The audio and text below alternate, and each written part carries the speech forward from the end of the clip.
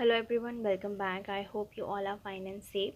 So in this video we are going to see the solution of Archit Mathematics book of class 6. So continue करते हैं हम from graph number 16. So graph number 16 is question number 2 of exercise 9.2 and it is given on the page number 196 of your textbook. Now let's see the question. Total number of students of a school in different years is shown in the following table. अब इस table में हमें क्या show किया है कि एक school है, उसमें पर्टिकुलर ईयर यानी कि यहाँ पे हमें ईयर्स दिए हैं, उस ईयर में कितने टोटल स्टूडेंट्स थे उस स्कूल के अंदर, ये इन्फॉर्मेशन हमें दी है. So this represents the year, this represents the total number of students. So 1996 में कितने स्टूडेंट्स थे? 400. 1998 में थे 535 स्टूडेंट्स. ईयर 2000 में थे 472 students.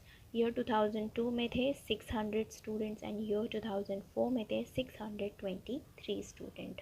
Now what we have to do, prepare a pictograph of students using one symbol to represent 100 students. अब यहाँ पे हमें पिक्टोग्राफ बनाना है, यहाँ पे हमें टेबल दिया हुआ है और पिक्चर यूज़ करना है and this will mean 100 students. अब हम टेबल देखते हैं जो हमें दिया हुआ है. यहाँ पे हमें टेबल दिया हुआ है, ठीक है. First column is year, then number of students and one picture is equals to 100 students. First हमें दिया है, देखो 1996 में है 400 स्टूडेंट्स. सो 400 डिवाइडेड बाई 100 क्या होगा? 4. यानी कि यहाँ हम बनाएंगे 4 इमेजेस.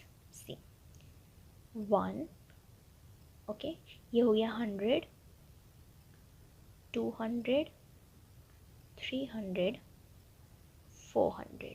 ओके. देन 1998 में है 535 स्टूडेंट्स. अब इसे हम कैसे रिप्रेजेंट करेंगे? तो देखो इसको दो पार्ट में स्प्लिट कर लो. कैसे? 500 प्लस 35, 500 प्लस 35, 535. अब 500 के लिए तो हम क्या करेंगे? 5 इमेजेस बना लेंगे. 500 बाय 100 5, ठीक है. तो 500 के लिए हम 5 इमेजेस बनाएंगे, 5 पिक्चर्स बनाएंगे. और 35 के लिए हम क्या करेंगे? 35 के लिए हम क्या करेंगे? हाफ इमेज बना देंगे, ठीक है. तो वो हाफ इमेज क्या रिप्रेजेंट करेगी? 35 स्टूडेंट्स. ओके, चलो यहाँ पे बनाते हैं 100,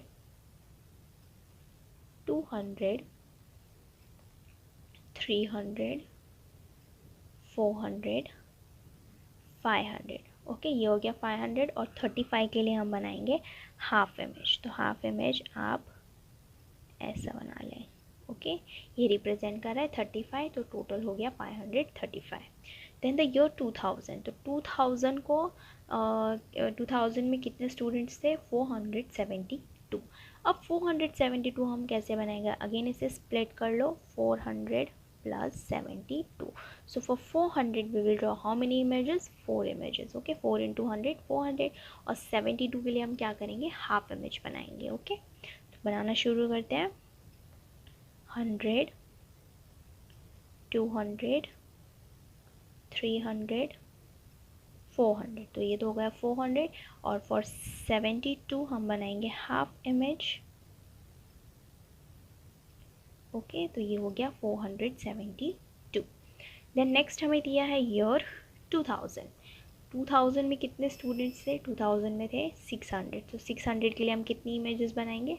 6. ओके, तो यहाँ हम 6 इमेजेस बनाते हैं.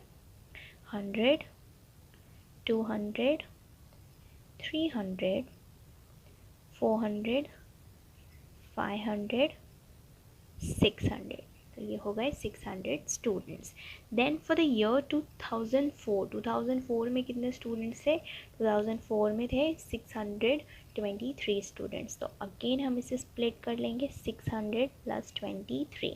600 के लिए हम 6 इमेजेस बनाएंगे और 23 के लिए हम हाफ इमेज बनाएंगे. ओके, सो बनाते हैं यहाँ पे 100, 200, 300, 400, 500, 600 और 23 के लिए हाफ. ओके, तो ये हो गया हमारा पिक्टोग्राफ. अब देखते हैं क्वेश्चंस.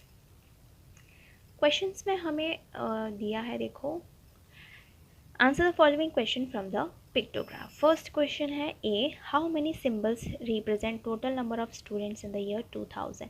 2000 ईयर में कितने symbols represent कर रहे हैं total number of students? तो देखो 2002 देखते हैं हम. 2002 यहाँ दिया है और यहाँ कितने symbols आपको दिखाई दे रहे हैं? 1 2 3 4 5 6. So answer is 6. ओके, तो यहाँ हम लिख देते हैं 6 symbols represent total number of students in the year 2002. Then next B हमें दिया है how many symbols represent total number of students for the year 1998. अब year 1998 में जो total number of students हैं वो कितने symbols represent कर रहे हैं? देखो 1998 में चलते हैं. यहाँ पे हमें कितने symbols दिखाई दे रहे हैं? 1 2 3 4 5 full and 1 half. Okay, this is 5 complete है और 1 incomplete है. तो यहाँ हम आंसर में लिखेंगे 5 complete and 1 incomplete symbol represent total number of students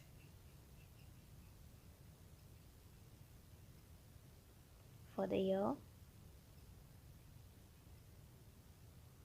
1998. Now let's see the next one. Now graph number 17, it is just a practice question and it is given on the page number 197 198 of your textbook. So देखते हैं question क्या है.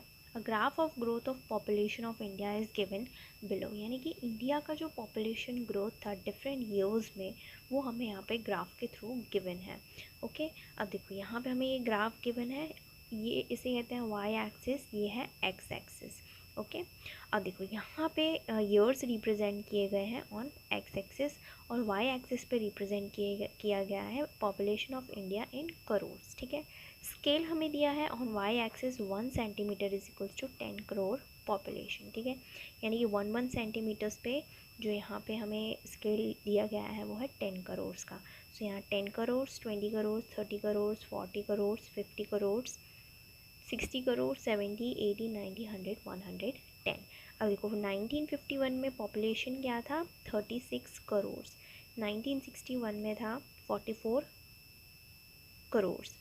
1971 में था 54 करोड़. 1981 में India का population था 68 करोड़. 1991 में इंडिया का पॉपुलेशन था 84 करोड़ और 2001 में इंडिया का पॉपुलेशन था 102 करोड़.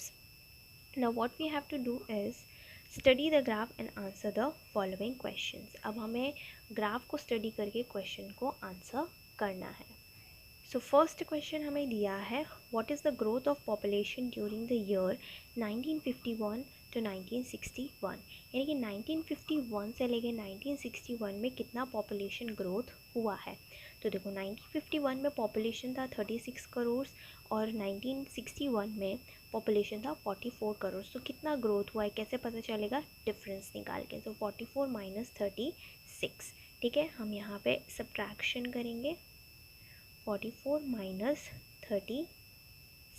ठीक है, आप माइनस करें आपको मिलेगा 8 and this 8 represents 8 crore population. तो यहाँ हम लिखेंगे the growth of population during the years 1951 to 1961 is 8 crores. Then B, what is the growth of population during the year 1981 to 1991। अब 1981 से लेकर 1991 तक कितना पॉपुलेशन ग्रोथ हुआ है। सो इन 1981 the population was 68 crores and in the year 1991 it was 84 crores। तो कितना population growth हुआ है। सो 68 यहाँ है 84, दोनों को सब्ट्रैक्ट कर दें, 84 माइनस 68, डिफरेंस से हमें पता चल जाएगा कितना ग्रोथ हुआ है। ओके, सो सब्ट्रैक्शन करेंगे 84 माइनस 68। ओके, अब 84 में से 68 को माइनस कर दें, you will get 4 5 6 and 1 16 crores। Okay, so the growth of population during the years 1981 to 1991 is 16 crores। Then question C, between which years is there the highest growth of population। यानी कि कौन से 2 years यानी consecutive years की बात हुई है। ठीक है, यहाँ जो हमें दिया गया है, ठीक है, तो ये 2 consecutive years जो यहाँ दिए हुए हैं, इनके बीच में हमें बताना है कि कौन सा ऐसे 2 years है जहाँ पे सबसे ज़्यादा population growth हुआ है। ठीक है, तो सबसे पहले तो हम फाइंड आउट करेंगे कि कौन से ईयर में हम डिफरेंस फाइंड आउट करेंगे। ठीक है, तो हमें पता चलेगा कि किस में ज़्यादा पॉपुलेशन ग्रोथ था। तो first 1951 to 1961 difference find out करेंगे, 44 माइनस 36, तो यहाँ पे 8 करोड़ का पॉपुलेशन ग्रोथ हुआ है। दैन 54 माइनस 44, यहाँ 10 करोड़ का पॉपुलेशन ग्रोथ हुआ है। देन 68 माइनस 54, यहाँ 14 करोड़ का पॉपुलेशन ग्रोथ हुआ है। 84 माइनस 68, यहाँ 16 करोड़ का पॉपुलेशन ग्रोथ हुआ है। 102 माइनस 84, यहाँ 18 करोड़ का पॉपुलेशन ग्रोथ हुआ है। अब किस 2 ईयर्स में सबसे ज़्यादा पॉपुलेशन ग्रोथ आपको दिख रहा है, 18 ईयर्स, यानी कि बिटवीन 1991 एंड 2001, ये 2 ईयर्स के बीच में सबसे ज़्यादा पॉपुलेशन ग्रोथ हुआ है। So answer is 1991 to 2001। अब यहाँ हम आंसर लिख देंगे, the highest growth of population is between the years 1991 to 2001। The last question, which country has the maximum population in the world? GK। ना ये क्वेश्चन जनरल नॉलेज का question है। Okay, हमें बताना है कि किस कंट्री में सबसे ज़्यादा पॉपुलेशन है। ठीक है, सो सबसे ज़्यादा पॉपुलेशन पूरे वर्ल्ड में है चाइना के अंदर, and then comes India. Okay, so China stands first, तो यहाँ हम लिखेंगे China has the maximum population in the world। Okay, ये क्वेश्चन आपको जनरल नॉलेज का क्वेश्चन दिया है। यहाँ पे हमारा ग्राफ नंबर 17 होता है ख़त्म। अब देखते हैं 18। Now graph number 18, it is example number 9 and which is given on the page number 198 of your textbook। Now let's see the question. The question is, read the following bar graph showing the number of students in a particular class of a school। यहाँ पे हम एक school के particular class के बारे में graph दिया गया है कि पर्टिकुलर ईयर में उस क्लास के अंदर कितने स्टूडेंट्स थे। ठीक है, सो एक्स एक्सिस पे रिप्रेजेंट किया गया है years and on the y axis number of students. Scale दिया है हमें on the y axis 1 centimetre is equals to 10 students. ठीक है, सो यहाँ 10 स्टूडेंट्स, 20 30 40 50 60 70 80। ओके, सो 10 का गैप है। 2000 ईयर 2000 में कितने स्टूडेंट्स थे उस क्लास के अंदर, 30 स्टूडेंट्स थे। 2001 में कितने स्टूडेंट्स थे, देखो देखो ये एब्सोल्युटली 40 पे रीच नहीं किया है, जस्ट वन लाइन बिलो है, ठीक है। तो यहाँ हर एक लाइन टू स्टूडेंट्स रिप्रेजेंट करी, जैसे ये 30, 32, 34, 36, 38, 40। इसी तरीके से 2001 का अगर हम काउंटिंग करते हैं तो देखो 30, 32, 34, 36, 38। तो यहाँ थे 38 स्टूडेंट्स, यहाँ थे 30 स्टूडेंट्स, ठीक है। ऐसे ही 2002 का हम फाइंड आउट करेंगे। तो देखो यहाँ 2002 में 40, 42, 44। तो 44 के बाद 46 पर नहीं जा रहा है, वो इन बिटवीन है। तो यहाँ पे 44 हो गया और ये हो गया 45। तो यहाँ पे ईयर 2002 में उस क्लास के अंदर थे 45 students. Then in the year 2003 यहाँ पे हो गया 50, 52, 54, 56। तो यहाँ हो गए 56 स्टूडेंट्स। नाउ अब देखते हैं क्वेश्चन आंसर्स पार्ट। हमें यहाँ दिया है answer the following questions. First question हमें दिया है what is the scale of this graph. इस ग्राफ का हमें स्केल बताना है। सो स्केल हमें ऑलरेडी दिया हुआ है। The scale of the graph is on the y axis 1 centimetre is equals to 10 students. Okay, तो यहाँ पे हम स्केल मेंशन कर देंगे। The scale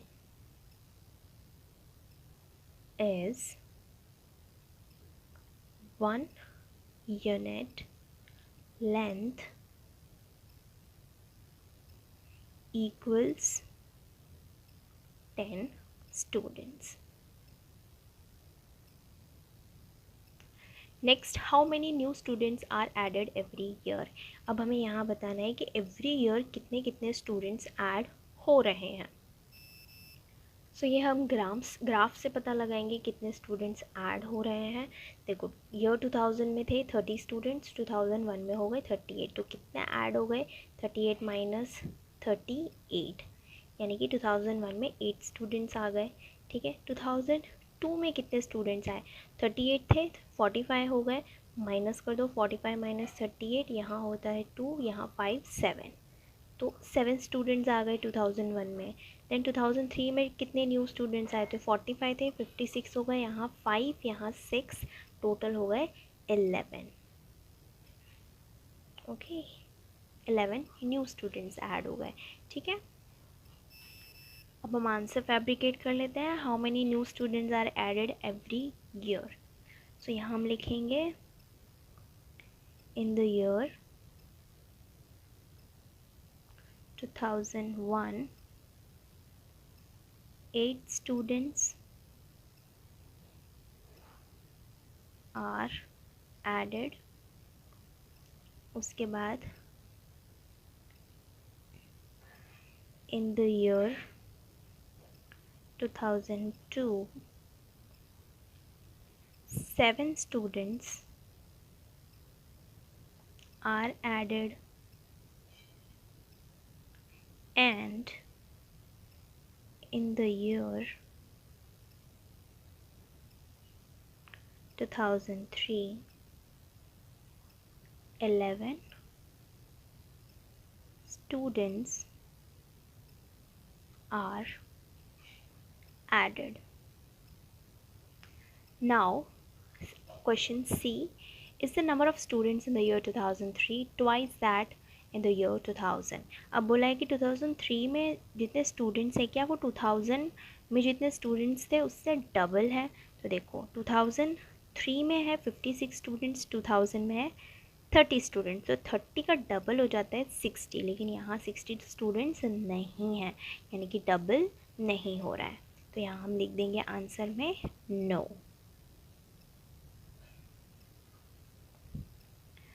the number of students,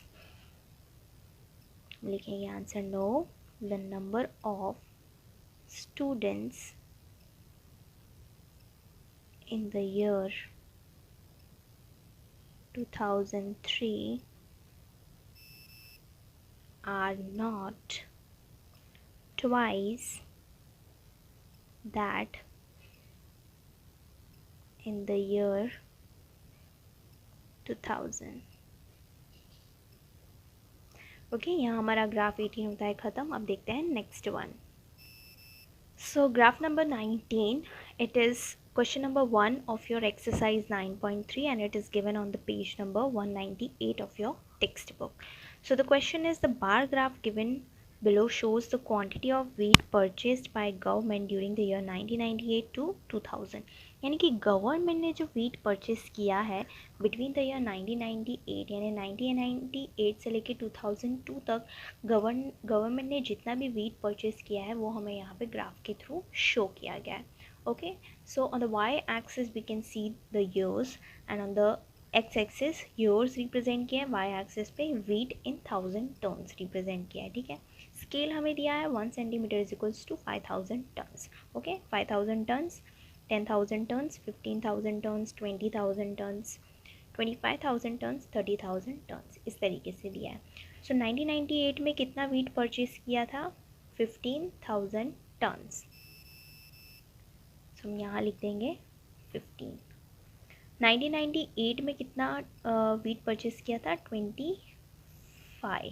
25,000 turns. 2000 में परचेज़ किया था 20,000 टन्स। 2001 में परचेज़ किया था अगेन 20,000 टन्स। 2002 में परचेज़ किया 30,000 टन्स। ठीक है, परचेज़ का रिकॉर्ड मिल गया हमें। Now let's move to the questions. Read the bar graph and answer the following question. First question हमें दिया है, in which year was the wheat production the maximum. So यहाँ बताना है कि वीट का प्रोडक्शन सबसे ज़्यादा मैक्सिमम कौन से ईयर में था। ठीक है, तो देखो यहाँ पे हम ग्राफ देखेंगे, सबसे ज़्यादा प्रोडक्शन कब हमें दिख रहा है? In the year 2030,000 tons. Okay, so year is 2002। So answer में हम लिख देते हैं the wheat production, the wheat production was maximum in the year 2002. Then B हमें पूछा in which year was the wheat production the minimum, यानी कि wheat का production मिनिमम कौन से ईयर में था। ठीक है, तो यहाँ देखो 30, 20, 20, 25, 15। सो मिनिमम कब है? ईयर 1998। सो आंसर में लिखते हैं the wheat production was minimum in the year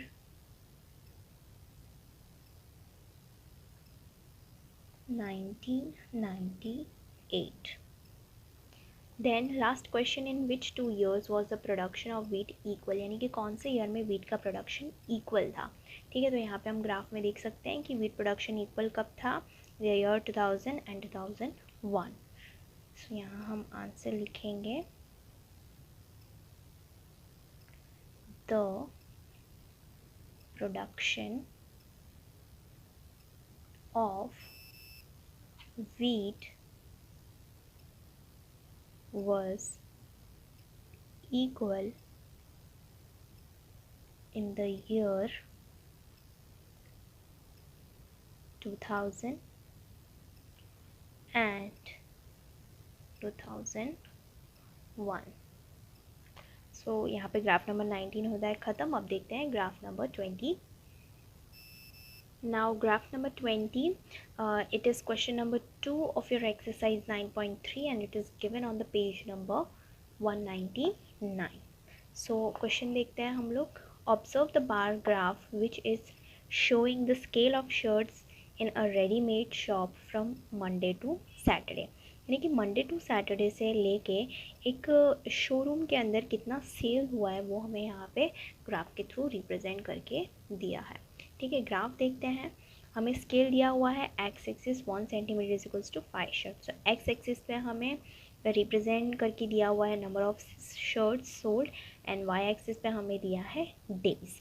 okay, सो यहाँ पे 5 शर्ट्स का स्केल लिया हुआ है। 5 शर्ट्स, 10 शर्ट्स, 15 शर्ट्स, 20 शर्ट्स, इस तरीके से 25, 30, 35, 40, 45, 50, 55, 60, 65। ओके, अब मंडे को कितने शर्ट्स सोल्ड हुए हैं ये हमें बताना है। तो मंडे को सोल्ड हुए हैं 15 shirts. Then Tuesday 10 shirts, Wednesday 20 shirts, then Thursday 35 shirts, Friday 50 shirts, and on Saturday 60 shirts were sold. Now let's move to the question answers part. Now answer the following questions. A. What information does the above bar graph give? यानी कि ये जो bar graph है ये कौन सी information show कर रहा है? ये शो कर रहा है कि मंडे से लेके सैटरडे तक कितने शर्ट का सेलिंग हुआ। ओके, तो आंसर में हम लिख देते हैं this bar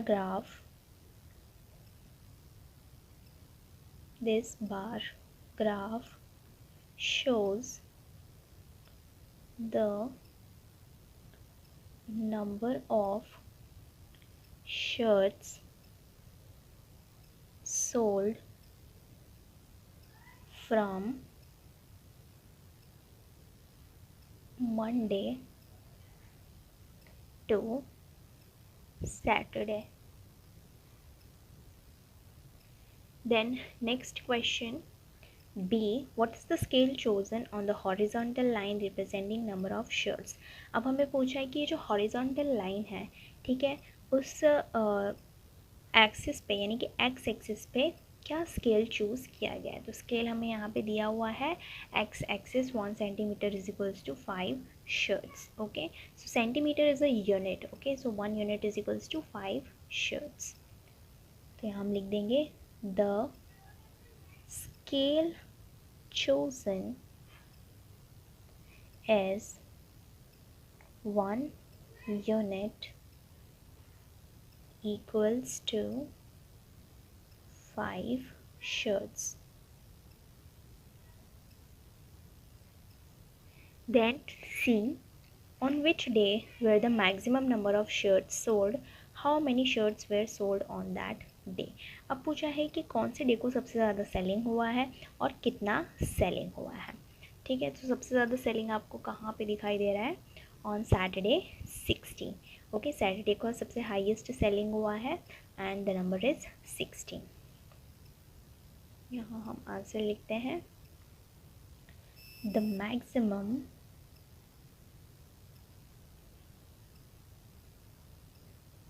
number of shirts were sold on Saturday. फिर पूछा है how many shirts were sold on that day? 60. So 60 shirts were sold on that day. Then question D. On which day were the minimum number of shirts sold? कौन से day पे सबसे कम shirt sold हुई है? सो यहाँ 60, 50, 35, 20, 10, 15 सबसे कम selling हुआ है 10 and it is on the day Tuesday. हमें सिर्फ डे मेंशन करना है, सो हम मेंशन करेंगे Tuesday. The minimum number of shirts were sold on Tuesday. Then last question, how many shirts were sold on Thursday? Thursday को कितने shirts का selling हुआ है? तो Thursday को selling हुआ है 35 shirts का। ओके, सो हम आंसर लिखेंगे 35 shirts were sold on Thursday. Okay, यहाँ पे हमारा ग्राफ नंबर 20 होता है ख़त्म। So if you have any doubt, query or suggestion, let me know in the comment section. I will see you in the next video with the next part of this chapter, this book. Till then, bye bye, take care.